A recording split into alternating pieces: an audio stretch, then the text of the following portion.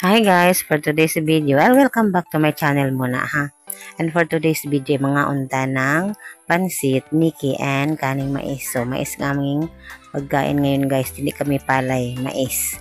And then, for today's vlog is, ngayon po ay All Souls Day, kalag-kalag ba, undas. O yun. And magluluto tayo ng niki sa aming mahiwagang lutuan. And ayan, ang storya pala nito guys ay nakakarni kami dahil nga may uncle kami na umutang, pinautang kami ng karne. And then umutang naman kami, ikaw ba naman pautangin, di ba?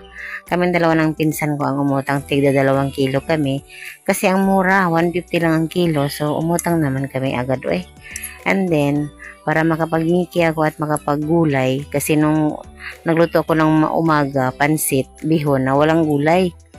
So ngayon, nilagyan ko na ng gulay para maganda din tingnan kasi i-video ko So ayan, umutang din ako ng gulay doon sa kaibigan ko doon sa merkado, sa palengke. May maliit na palengke sa sentro.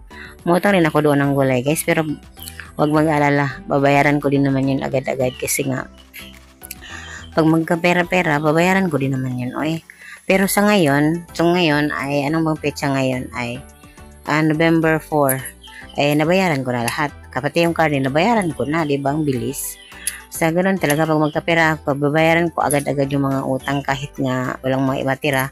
Basta bayad na kasi hindi pwedeng ganun And ayan, enjoy tayo sa pagluluto guys. Back to luto tayo ha. Ay ngayon pala ay nagbo-voice over ako November 4. May bagyo sa amin guys, sobrang lakas ng ulan.